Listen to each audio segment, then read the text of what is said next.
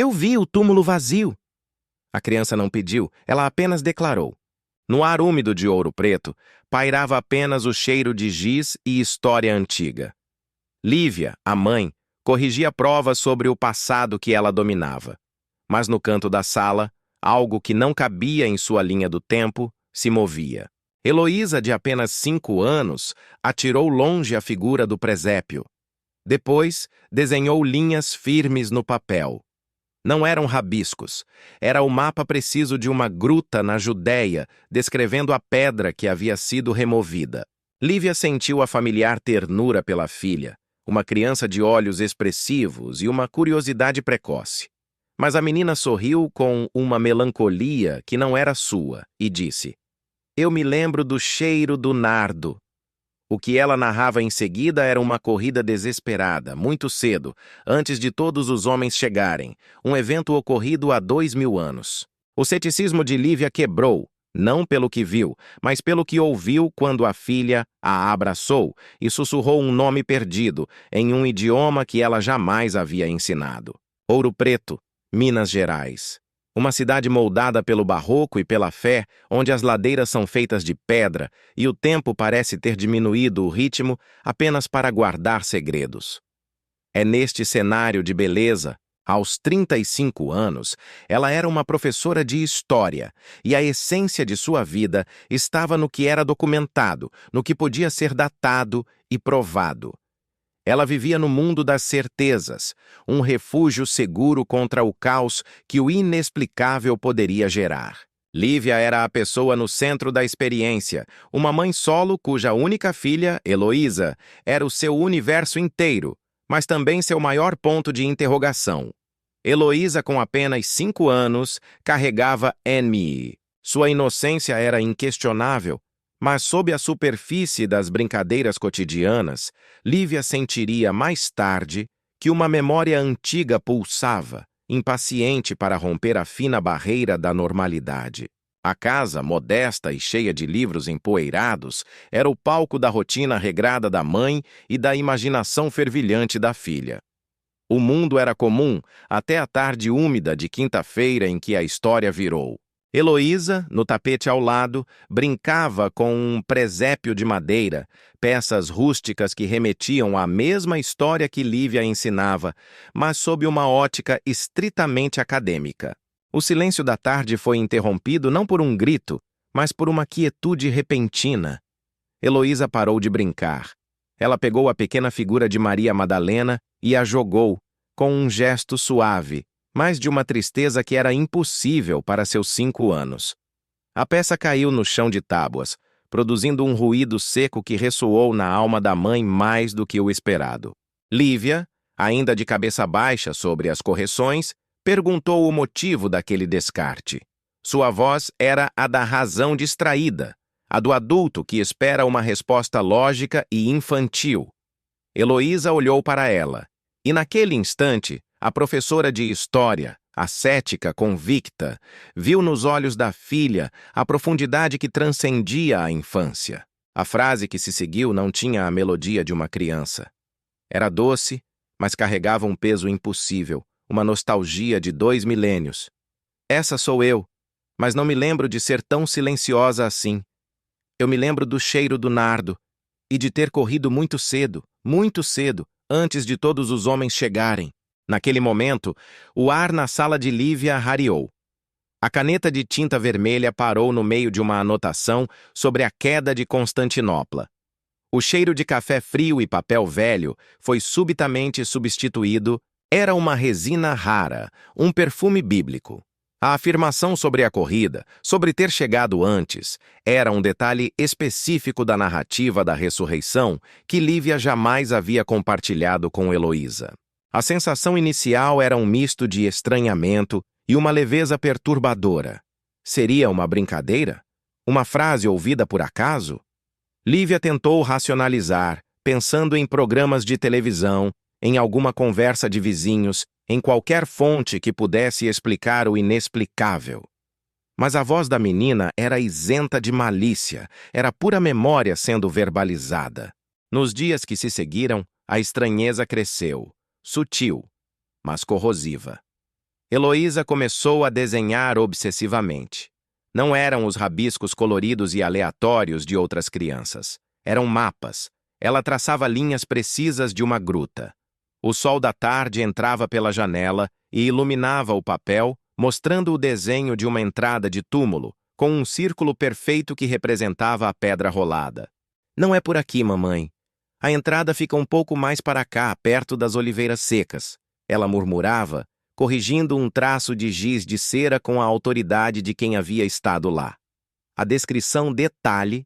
A arqueologia da ressurreição possui descrições específicas, e para Lívia, o conhecimento daquele detalhe, a menção às mãos de origem não humana, era um dado que transcendia o campo da fantasia infantil. O contraste entre a lógica e a sensação era o verdadeiro conflito do lar. Lívia, a acadêmica, tentava desesperadamente preencher as lacunas com o ceticismo, usando a mente como uma barreira. Mas a Inky, ela observava a filha, tentando encontrar a origem da mentira, da fantasia, mas só encontrava olhos que pareciam não apenas ver o presente, mas também o passado distante. A professora procurou em seus livros de história da arte as imagens da Madalena. Em quase todas, ela era retratada em silêncio e contrição, um símbolo de penitência. E a frase da filha: "Não me lembro de ser tão silenciosa assim", ecoava, sugerindo uma personalidade mais ativa, mais impetuosa, de alguém que corre e anuncia, e não apenas chora. A tensão aumentava em pequenos gestos. Quando Lívia pegava Heloísa no colo, sentia um peso que não era apenas o físico da criança, mas o peso daquela memória indesejada. Ela tentou devolver a figurinha, mas Heloísa a afastou com um movimento firme. O símbolo recorrente do nardo e da corrida já havia estabelecido a ponte para um mistério maior. O bloco narrativo precisava de um detalhe inquietante que convidasse a continuar, um gancho emocional que fixasse a dúvida. Naquela noite, Lívia colocou Heloísa na cama. O quarto estava em penumbra e a mãe se inclinou para beijar a testa da filha.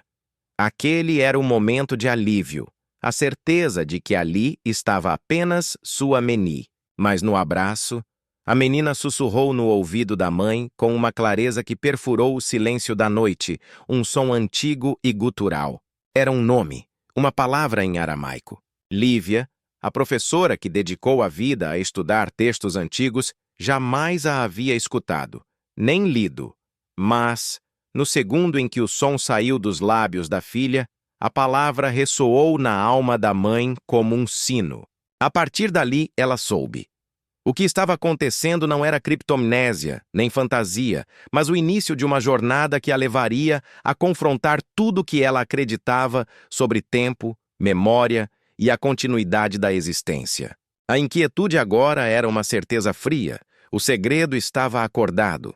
A quietude forçada que se seguiu àquele sussurro em aramaico transformou a casa de Lívia de um refúgio em um campo de batalha silencioso.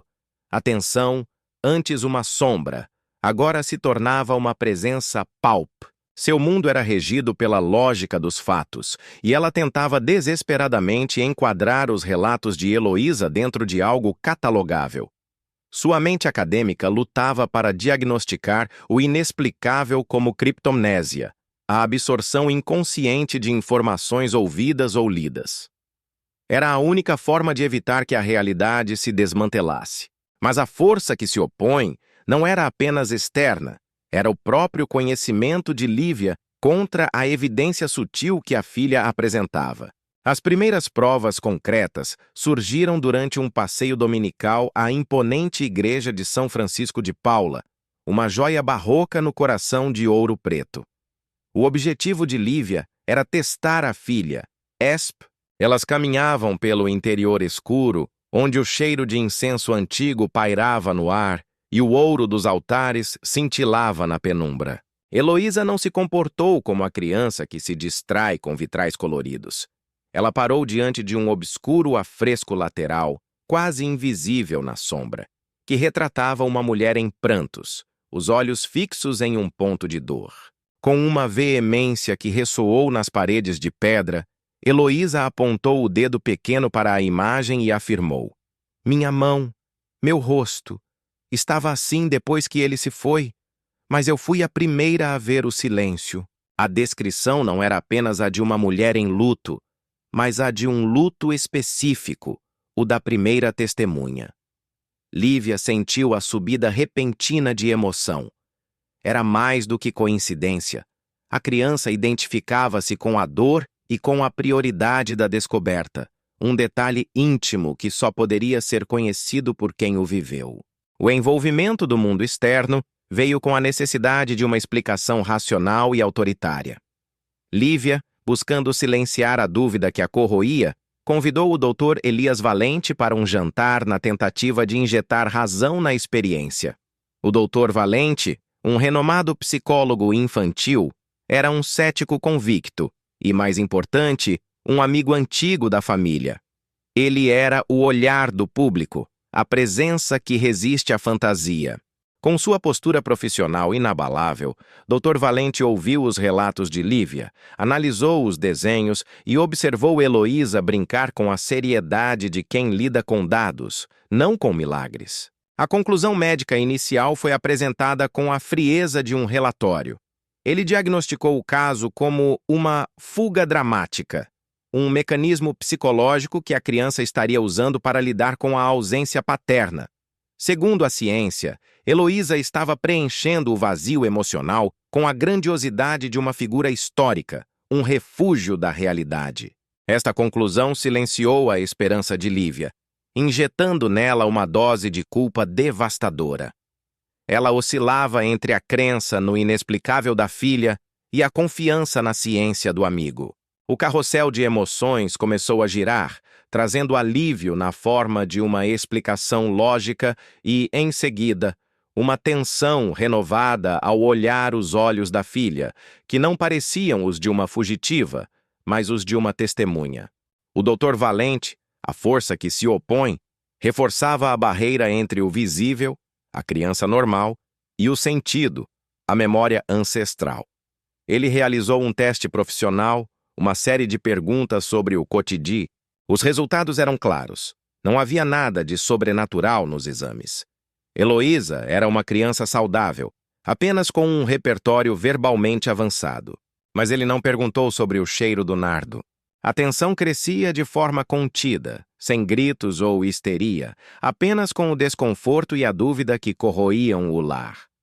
Lívia, a pessoa no centro da experiência, se via isolada. O ceticismo interno dela era um eco do Dr. Valente, mas o amor materno era um aliado silencioso de Heloísa. Ela se pegava observando a filha desenhar, não mais túmulos, mas flores. Sempre a mesma. Uma flor de perfume intenso, que ela não conseguia identificar.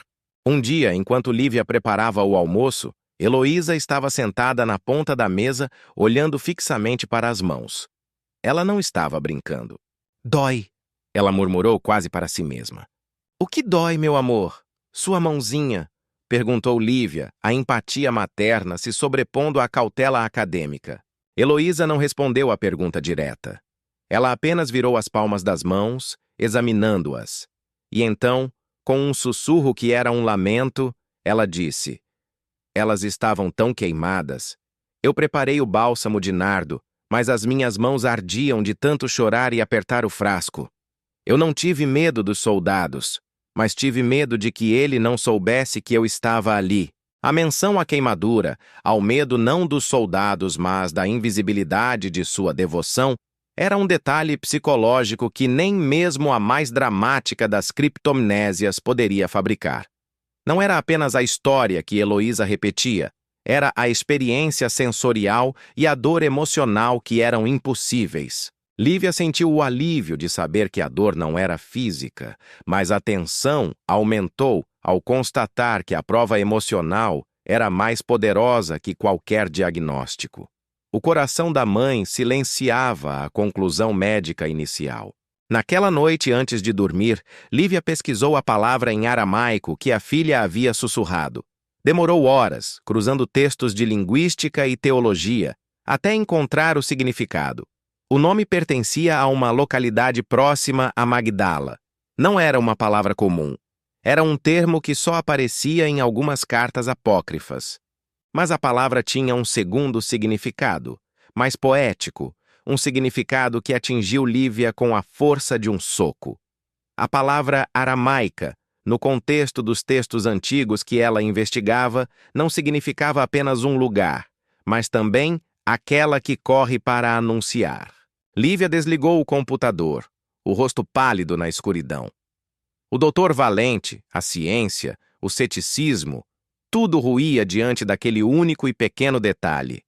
A menina não estava apenas lembrando, ela estava vivendo a essência daquela figura histórica, e a força que se opõe estava prestes a ser confrontada pela verdade mais íntima da alma. A casa em Ouro Preto já não era mais o palco seguro da rotina. Havia se tornado um laboratório de mistérios. A lógica de Lívia, a professora de história, estava prestes a se despedaçar. Ela se lembrava. O momento final do ceticismo era aquele.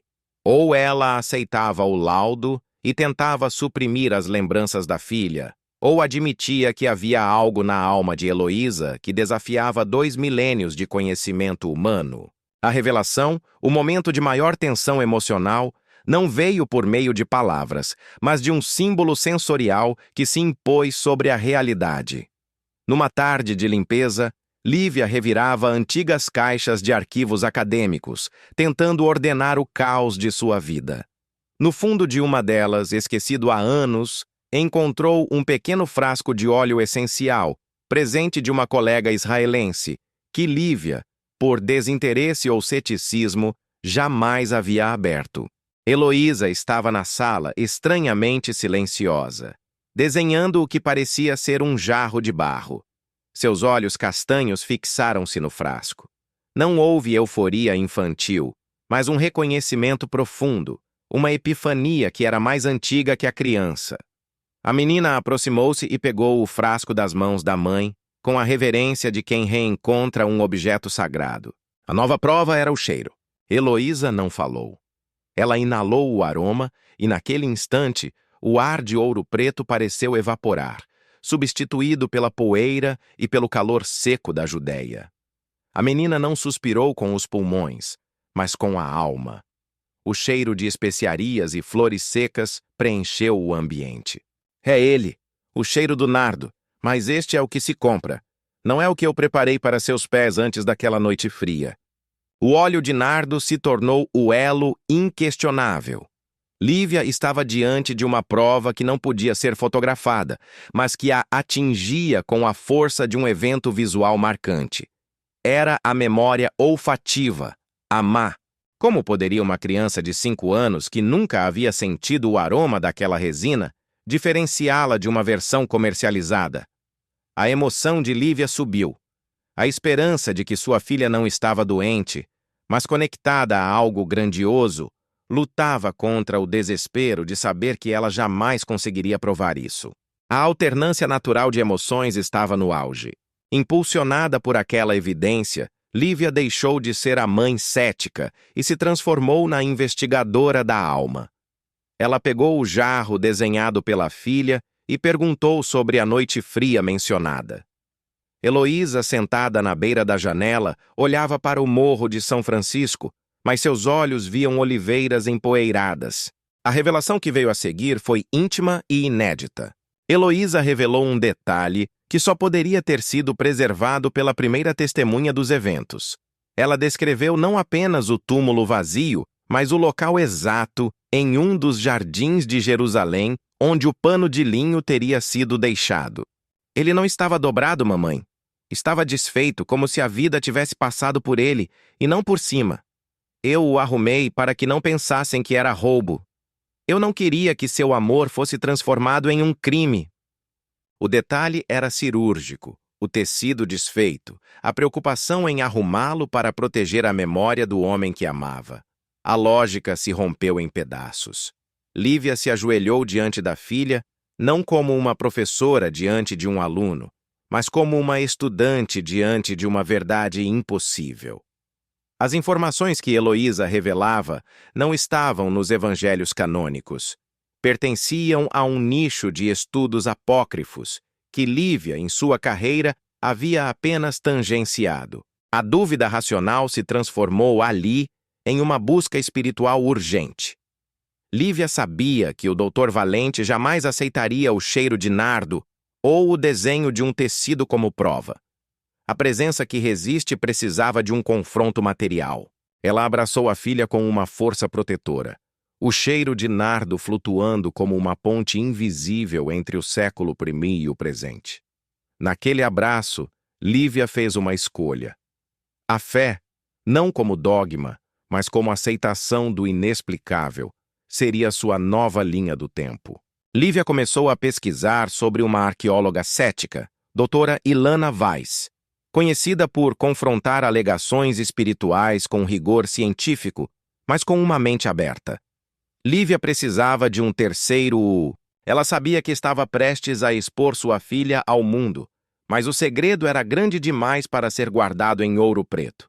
Ela precisava levar a menina para a prova final. Aquele foi o momento de maior intensidade, a certeza de que a aventura do espírito havia começado e não havia mais volta. O próximo passo seria o encontro com o ceticismo profissional, na expectativa de que a memória de uma criança fosse forte o suficiente para abalar as convicções de uma especialista. O confronto final estava armado, mas não no palco grandioso que Lívia, a professora de história, havia imaginado. Não ocorreu em uma catedral ou em um sítio arqueológico, mas na cozinha simples de sua casa em Ouro Preto, um ambiente de tijolos e rotina que contrastava dramaticamente com a profundidade do mistério. O ar estava pesado, carregado da eletricidade sutil que precede grandes revelações. Lívia, em um ato de fé desesperada que a fez confrontar seu ceticismo de uma vida, havia conseguido trazer a doutora Ilana Weiss, de Israel.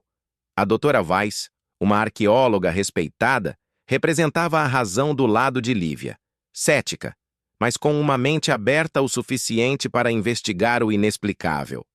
Ela era uma aliada por conveniência, ali para provar que a criança era apenas uma criança, mas secretamente esperando o contrário. A doutora Weiss, com seus óculos na ponta do nariz e um olhar analítico, confrontou Heloísa com perguntas históricas complexas sobre o século I, buscando o erro, a falha na memória que denunciaria a fantasia. Heloísa respondia com a calma de quem apenas relata fatos, mencionando datas e nomes de povoados menores que jamais estariam em livros didáticos. O doutor Elias Valente, o psicólogo que havia diagnosticado a fuga dramática, surgiu na porta. Sua postura era de autoridade, a última barreira da ciência contra a fé. Ele estava ali para proteger Lívia do que ele considerava ser uma histeria coletiva.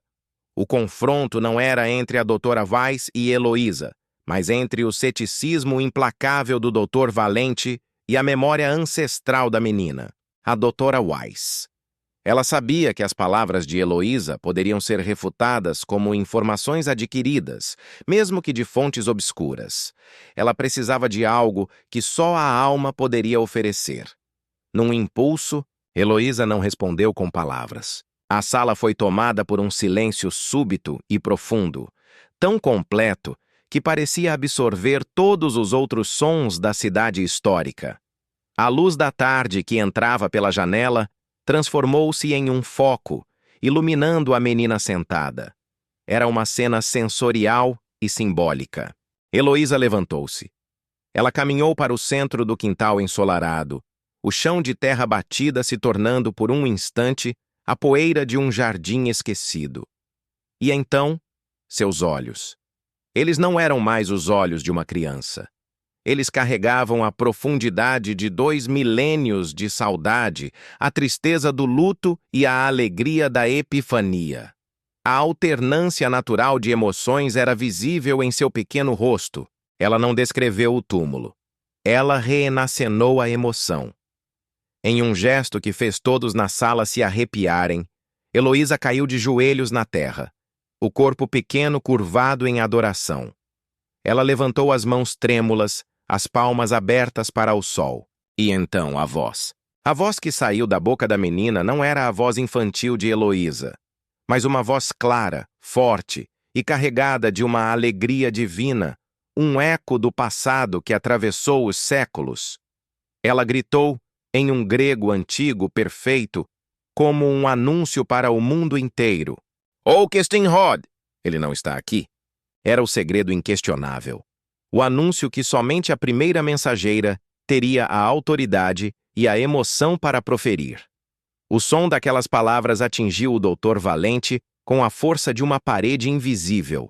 O cético recuou um passo, tropeçando na soleira da porta. Seu rosto ficou pálido, a ciência incapaz de catalogar aquele fenômeno de transbordamento emocional. Não era um truque. Era a catarse de uma alma. A doutora Wise, a arqueóloga, cobriu a boca com a mão, não em choque, mas em aceitação.